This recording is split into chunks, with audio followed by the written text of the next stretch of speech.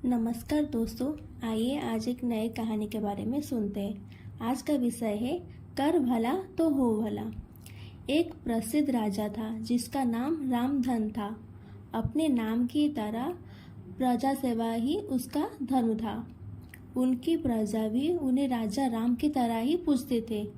राजा रामधन सभी को निष्काम भाव से सहायता करते थे, फिर चाहे वो उनके राज्य की प्रजा हो या अन्य किसी राज्य की। उनकी ख्याति सर्वत्र थी। उनके दानी स्वभाव और व्यवहार के गुणगान उसके शत्रु राजा तक करते थे। उन राजाओं में एक राजा था भीम सिंह, जिसे राजा रामधन की इस ख्याति से ईर्ष्या थी। उस ईर्ष्या के कारण उसने राजा रामधन को हराने की एक रणनीति बनाई और कुछ समय बाद रामधन के राज्य पर हमला कर दिया। भीम सिंह ने छल से युद्ध जीत लिया और रामधन को जंगल में जाना पड़ा। इतना होने पर भी रामधन की लोकप्रियता में कोई कमी नहीं। हर जगह उन्हीं की बात चलती थी, जिससे भीम सिंह को चैन न था।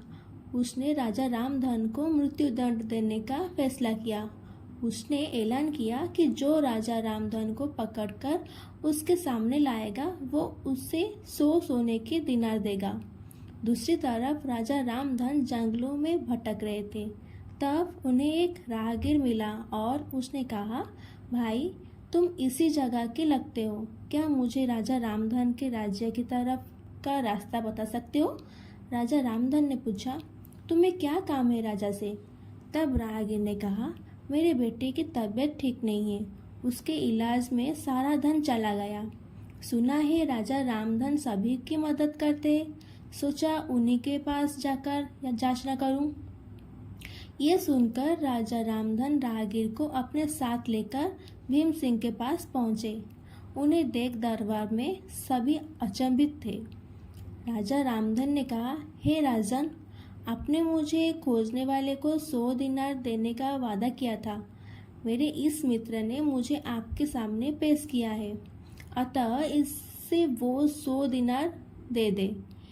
ये सुनकर राजा भीम सिंह को एहसास हुआ कि राजा रामधन सच में कितने महान और दानी है, और उसने अपनी गलती का स्वीकार किया।